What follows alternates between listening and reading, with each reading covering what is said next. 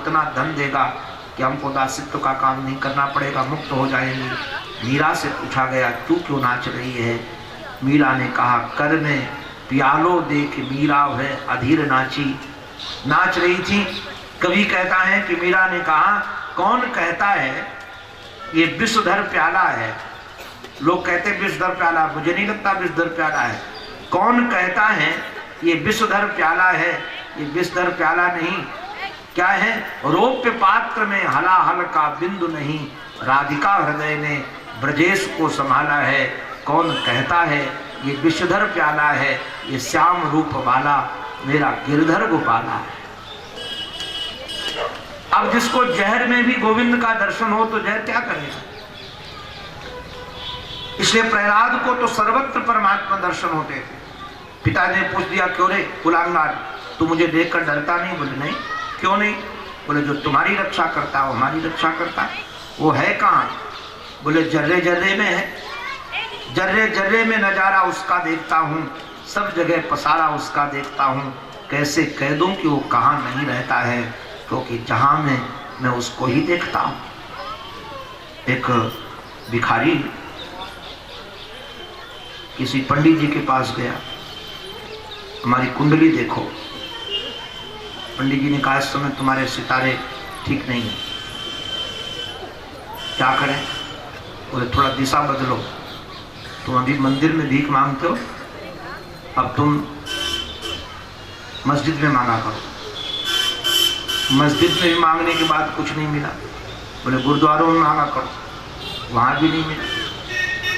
फिर बोले अच्छा तुम समय बदल दो, अब रात्रि में मांगा करो। और मंदिर मस्जिद में नहीं, मधुशाला के पास खड़े होकर। तो जो महाराज क्लबों से लोग पी कर निकले, जब लोग पिए होते तब शहंशाह होते। उस समय फिर कोई गरीबी अरीबी नहीं होती। तो जो निकलता था भिखारी कहता था चाम के नाम पर दे दो। पहले खुदा के नाम पर, राम के नाम पर मिलता था, तो महाराज जाम के नाम पर दे दो। वो गुलाबी वाले महाराज 2-2 वाले, 1000 वाले जो जेब में जाए शहंशाह, तो कटोरे में डाल देते थे। उसका महाराज कटोरा भर गया रुपयों से। 2 बजे तक कटोरा देखकर कहता वारे वाह परवरदिगार, एड्रेस कहीं और का देते हो, मिलते कहीं और हो। एड्रेस तो मंदिर मस्जिद का दे रखा है, किंतु वहां मिलते नहीं, मिलते मधुशाला में हो। वारे वाह परवरदिगार, एड्रेस कहीं और का देख रखे हो और मिलते कहीं और हो। अभिप्राय ये है कि ऐसा कौन स्थान है जहां हमारा खुदा न रहता हो? सब जगह रहते। कुपित होकर उसने कहा बता इस खंबे में भी रहता है? बोले हाँ खंबे में रहता है। और जो महाराज प्रहार किया, खम्भ फाड़ करके श्री नृसिंह भगवान प्रकट हो गए। बोलो सिंह भगवान की जय। युद्ध हुआ। संध्या के समय उसका वध करके, उसके सारे प्रणों को पूरा करके प्रहलाद जी महाराज पर अनुग्रह किया और भगवान स्वयं गद्दी पर बैठकर उनको गद्दी देते हैं। बहुत अद्भुत दृश्य है। प्रहलाद जी महाराज से कहा कि तुम कुछ मांग। प्रहलाद जी महाराज ने कहा कि हमें कुछ नहीं चाहिए, अगर देना चाहते हो तो ऐसा वर दो। सचमुच में मांगना हो तो ये मांगो, अगर देना चाहते हो तो ऐसा वर दो कभी मांगने की कामना न हो। रहीमन वे नर मर गए जे कहूं मांगन जाए। यदि राशीस में कामान वरांश तम वरदर्श भव। हे वर देने वालों में ऋषभ, यदि देना चाहते हो तो ऐसा वर दो कि कभी मांगने की कामना न हो। भगवान आशीर्वाद देकर जाने लगे तो कहा रुको रुको, एक वर दे दो। क्या वर? हम सच कहते हैं भक्त पर हम बलिहार होते हैं। भक्त वह नहीं जिसके चित्त में किसी के प्रति द्वेष है। भक्त का अंतःकरण सबके प्रति सौहार्द से भरा रहता है, सबके प्रति। हम इस श्लोक पर कई बार बलिहार होते हैं आप लोग भी ध्यान रखना, अपने से बड़ों के प्रति कैसा आदर हो। प्रहलाद जी के पिता ने प्रहलाद को दुनिया के संपूर्ण जितने मारने के प्रयोग हो सकते सब किए थे, करवाए थे, किंतु वारे वाह प्रहलाद, उन्होंने कहा कि हमारे पिताजी आपके तेज ऐश्वर्य से परिचित नहीं थे, आपकी निंदा की। हमारी प्रार्थना है कि हमारे पिता की दुर्गति न हो। यदि में पिता निंद्यात, हमारे पिता ने आपकी निंदा की। भगवान ने कहा चलो हम संविधान का संशोधन कर देते हैं। देखो भाई, संविधान का संशोधन समय समय पर होना चाहिए, न उसका पक्षपाती हूं। समय बदलता है, पीढ़ियां बदलती हैं, विचार बदलते हैं। अगर उसके साथ आप बदलोगे नहीं तो कहां खड़े रहोगे। भगवान ने अपना संविधान बदल दिया। भगवान ने क्या संविधान बदला? भगवान ने कहा कि अभी तक ये नियम था कि जो भजन करेगा उसी को फल मिलेगा। एक व्यक्ति भजन करेगा, भगवान से प्रेम करेगा, उसी की मुक्ति होगी। और अब फल ये मिलेगा। क्या संविधान संशोधन कर रहे हो? बोले त्रिसप्त भी पिता पोता पितृ भी सहते नघ। हे अनग, जिस कुल में भगवत भक्त बालक उत्पन्न हो जाएगा उस कुल की 21 पीढ़ियां तर जाएंगी। त्रिसप्त भी पिता पोता, 7 का पढ़ा 3 बार पढ़ो, कितना हुआ मास्टर साहब याद है? 7 त्रिका 21। ये तो पक्का याद होगा। पहले हम लोगों को पढ़े तो खूब रटाए ही जाते। आप अपने काल में तो खूब रटाए होगे, अब तो रटाना बंद हो गया। 21 पीढ़ियां तर जाएं।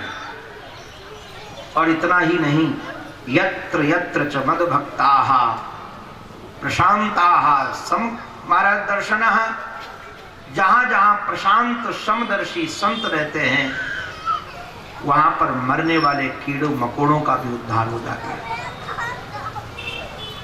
एक बात बहुत अच्छी जो समझने लायक है, भगवान प्रहलाद को जब गद्दी पर बैठाते हैं तो पहले स्वयं बैठते हैं और बताते हैं कि तुम्हारे पिता का राज्य मैं तुमको नहीं दे रहा हूं,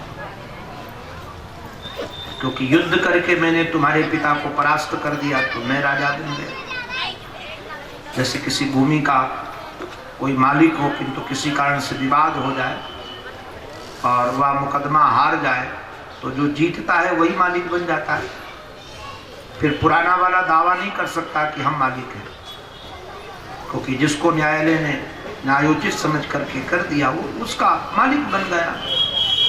कृष्ण भगवान ने कहा कि तुम्हारे राज्य के मालिक हम हैं, पिता के, क्योंकि मैं विजेता बना हूं, किंतु तुम्हें मैं गद्दी दे रहा हूं। तो इसलिए गद्दी नहीं दे रहा हूं कि तुम इसके मालिक बनो, हम तुमको संभला रहे हैं, तो हमारी गद्दी को संभालो। मैं बार बार लोगों को यही कहता हूं, संपत्ति सब रघुपति के आही। ये सारे प्रद, सारे धन, चाहे भूदेवी हो चाहे श्रीदेवी हो, ये सारी संपत्ति भगवान की थी, भगवान की है और भगवान की रहेगी। अपने को यदि संभालने को मिले तो इस भाव से संभालो कि मालिक तो भगवान है, केवल हम संभाल रहे हैं।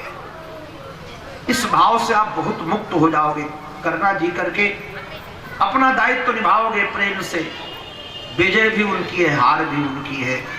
जैसे मैनेजर कोई होता है किसी फैक्ट्री का, तो जो भी प्रोडक्ट वहाँ से निकलते हैं यदि उसमें बहुत ज़्यादा मुनाफा मिलता है तो उसका हकदार मालिक है, हानि भी होती है उसका हकदार मालिक है। उसको तो जो पगार मिलने वाली है उतनी मिलेगी, किंतु तब भी मेहनत पूरी करता है। ऐसे जिस पद पर बैठे हों उस पद पर इस भाव से भर करके बैठो कि हम सेवक तो हैं किंतु हम प्रधान सेवक हैं।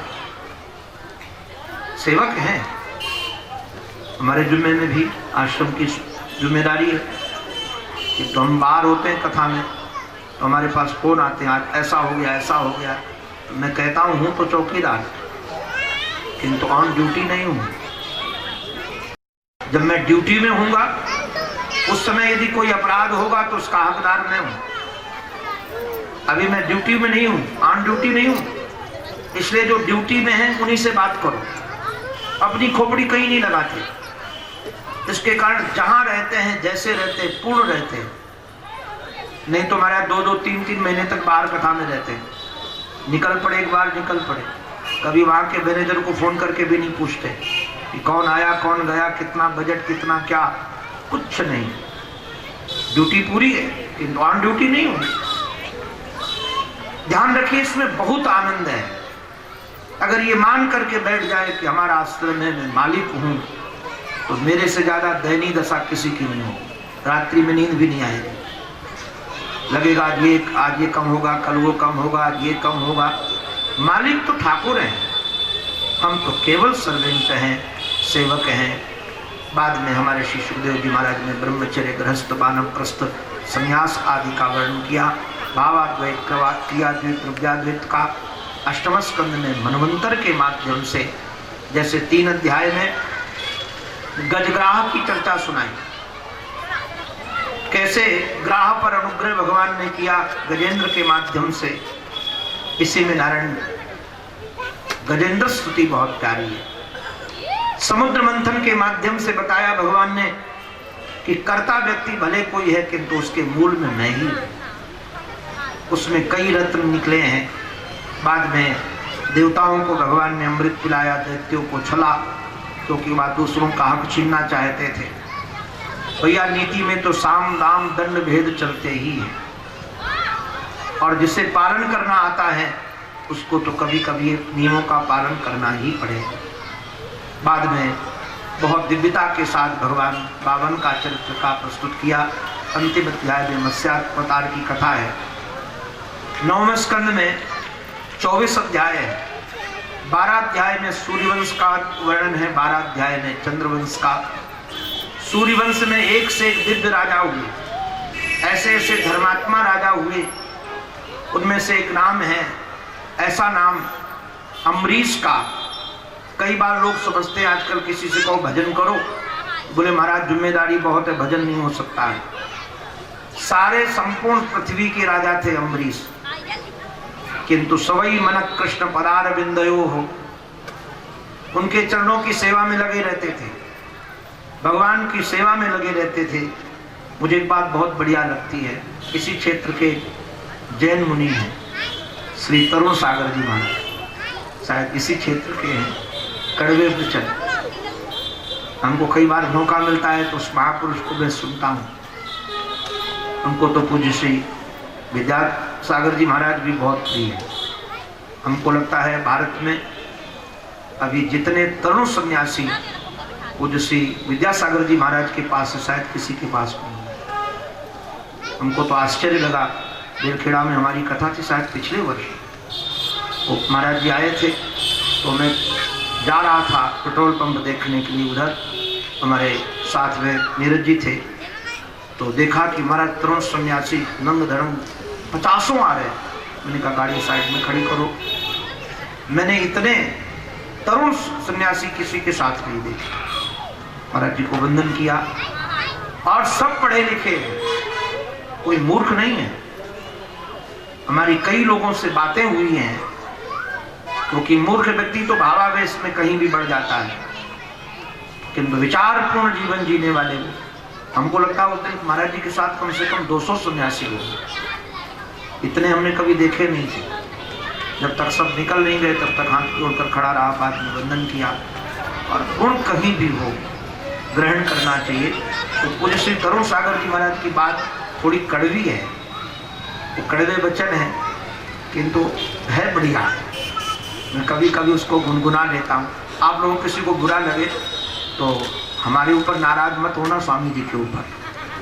मैं तो उनकी बात दोहरा रहा हूँ, क्योंकि मैं तो कड़वे वचन बोलता नहीं हूँ, मुझे बोलना आता नहीं है और मैं प्रयास भी नहीं करता हूँ। स्वामी जी कहते हैं उत्तरो सागर जी महाराज, कहते अच्छा एक बात बताओ, अब तुम्हारे पास पैसा बढ़ गया तो तुमने अपने इष्ट की सेवा पंडित जी से करवाना चालू कर दिया, क्योंकि आप आरती कर नहीं सकते, समय नहीं है, ठाकुर जी को नहला नहीं सकते, वो समय नहीं है, तो आपने ये सब काम आप पंडित जी से करवाना चालू किया। बोले फिर पत्नी की सेवा भी उन्हीं से करवा लिया करो। अरे समय जैसे अन्य चीजों के लिए निकालते हो, वैसे अपनी नित्य आराधना का भी समय निकालना चाहिए। देखो स्वस्थ रहना, मानस तन से स्वस्थ रखना है तो नित्य व्यायाम चाहिए, तब तन स्वस्थ रहेगा, दैनिक व्यायाम। और यदि मन को स्वस्थ रखना चाहते हो तो नित्य सत्संग चाहिए, नित्य ईश आराधना चाहिए। आप भले कम समय करो, किंतु आपके जीवन में नैतिकता होनी चाहिए, आप समय निकालो उसका। तो अम्बरीश जी महाराज पूर्ण रूप से भगवत भक्त थे, राजा होने के बाद भी साधना में लगे रहते थे। एक दिन महात्मा दुर्वासा आ गए, एकादशी का व्रत पारण करना था। बोले महाराज बड़ी कृपा हुई, आप हमारे यहाँ प्रसाद पाए। बोले मैं स्नान करके आता हूँ। स्नान करने चले गए, द्वादशी बीत रही थी, द्वादशी में पारण करना था। इन्होंने महाराज तुरंत जल ले लिया भगवान का चरणोदक। महात्मा है तो कुपित हो गए कि आपने संत का स्वागत नहीं किया, उनको खिलाए बगैर खा लिया, एक राक्षसी उत्पन्न कर दी उनको मारने को। किंतु भगवान का चक्र प्रकट होकर राक्षसी को मार दिया, कृत्या को, और दुर्वासा को मारने के लिए चक्र दौड़ा। ये बताना चाहते हैं कि जो भगवान का भक्त होता है उसकी रक्षा में भगवान रहते हैं। बताने का उद्देश्य इतना ही है, दिखते भले न हो किंतु भगवान उनकी रक्षा करते हैं, उनको कोई मार नहीं सके।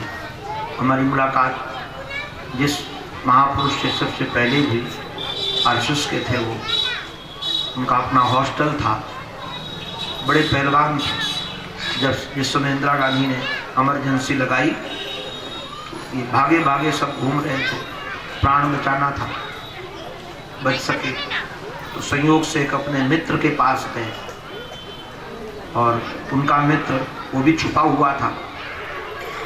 उसने आवाज लगाई, कौन? ये बोले नहीं, तो महाराज एलजी गोली मारी उनको। किंतु कमाल की बात, भगवान बचाने वाला।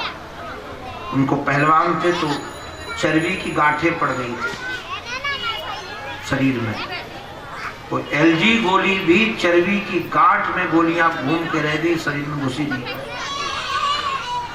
हम लोग देखते थे, उनको गांठें थी महाराज जी को, उसमें सब गोलियां दिखती थी। उन्होंने ऑपरेशन नहीं करवाया था, वो गोलियां दिखती थी कि उसमें छर्रे समाये हुए। तो जब कोई रक्षा करने वाला हो तो कहीं भी कैसे भी रक्षा कर लेता है। भगवान जिसकी रक्षा में हो तो कहीं भी, तिनके को भी भगवान ब्रह्मास्त्र बना सकते हैं और ब्रह्मास्त्र को भी भगवान तिनका बना सकते हैं, ये उनमें सामर्थ्य है। अम्बरीश की महाराज रक्षा करने के बाद चक्र जब दुर्वासा पर झपटा, दुर्वासा सब जगह गए, किंतु काहू बैठन कहा न कोही, राखी को सके राम कर द्रोही। जब भगवान के पास गए, भगवान ने कहा अहम भक्त पराधीनो, यह स्वतंत्र इव द्विज। भगवान स्वतंत्र नहीं, परतंत्र है, भक्त स्वतंत्र है। इसको श्री रसखान जी ने दिया भाषा। शेष महेश दिनेश गणेश सुरेशहु जाहि निरंतर ध्यावे, जाहि अनादि अनंत अछेद अभेद सुभेद बखाने। नारद से सुख व्यास रटे, रचिहारे तो पुनि पार न पावे। ताई अहीर की छोहरियां, छछिया बर छाछ में नाच नचा। आम भक्त पराधीन। बाद में आकर के प्रार्थना की, अम्बरीश ने चक्र को शांत किया है। इन्हीं की वंश परंपरा में सगर हैं, रघु हैं, राजाधिराज श्री दशरथ जी महाराज हैं, जिनके यहाँ 4 रूप धारण करके राम लक्ष्मण भरत शत्रुघ्न बनकर आए। भागवत में राम कथा का बहुत विस्तार नहीं, 2 अध्याय में बहुत संक्षेप में है उनका चरित्र। सूर्यवंश के वर्णन करने के बाद चंद्रवंश का वर्णन करते हुए कहा, चंद्रवंश में एक राजा थे जिनका नाम था ययाति, बड़े धर्मात्मा थे। एक दिन शिकार खेलने के लिए गए, प्यास लगी तो पानी पीने कुएं में गए तो देखा कि एक नग्न कन्या पड़ी है, तरुणावस्था संपन्न सुंदरी। उन्होंने महाराज अपना उत्तरी डाला, वो अपने अंगों को ढका और हाथ पकड़कर कुएं से निकाला। उसने कहा, आपने हमारा हाथ पकड़ लिया इसलिए आप हमारे पति हो गए, पानी ग्रहण कर लिया। ब्याह को पानी ग्रहण संस्कार तो बोलते। राजा ययाति ने कहा, पता नहीं किसकी बेटी मेरे गले पड़ गई। बोले, तुम कौन हो? ऐसे ब्याह नहीं करता मैं। तो बताया कि तुम चिंता मत करो, असुरों के जो आचार्य हैं शुक्राचार्य, मैं उनकी बेटी देवयानी हूँ। बोले, ये ब्याह नहीं हो सकता, मैं क्षत्रिय हूँ, तुम ब्राह्मण की बेटी हो, नहीं हो सकता। उसने कहा, ब्याह तो आपके साथ ही होगा, क्योंकि देव गुरु बृहस्पति के पुत्र कच्छ ने हमको श्राप दिया है कि मुझे ब्राह्मण पति नहीं मिलेगा, क्षत्रिय मिलेगा। यहाँ नग्न क्यों पड़ी थी? इस समय असुरों के राजा हैं वृषपर्वा, और वृषपर्वा की बेटी है शर्मिष्ठा, राजकुमारी, हमारी सहेली। हम सब सखियां मिलकर नहाने आई थी, नग्न स्नान कर रही थी। कोई आता हुआ नजर आया तो दौड़ करके उसने जल्दी में मेरे कपड़े पहन लिए, और जब मुझे अपने कपड़े नहीं मिले तो मैंने उसको गालियां दी, उसने हमको यहाँ नग्न फेंक दिया। बोले, तुम्हारे पिताजी यदि कहेंगे तो मैं ब्याह कर लूँगा। रोती हुई शुक्राचार्य जी के साथ पास गई। शुक्राचार्य जी जाने लगे तो वृषपर्वा ने उनको मना लिया और सशर्त ब्याह हुआ कि महाराज देवयानी का ब्याह हुआ, और शर्मिष्ठा दासी बनकर के उनके यहाँ पे नौकरानी बनकर के। किंतु संयोग से शर्मिष्ठा के 3 बच्चे हो गए, यदु, दुर्वसु, हेनु, और 2 बच्चे इनके हुए देवयानी से। देवयानी ने एक दिन शर्मिष्ठा से पूछ दिया कि बच्चे किसके हैं? उसने कहा, राजा के हैं। वो कुपित हो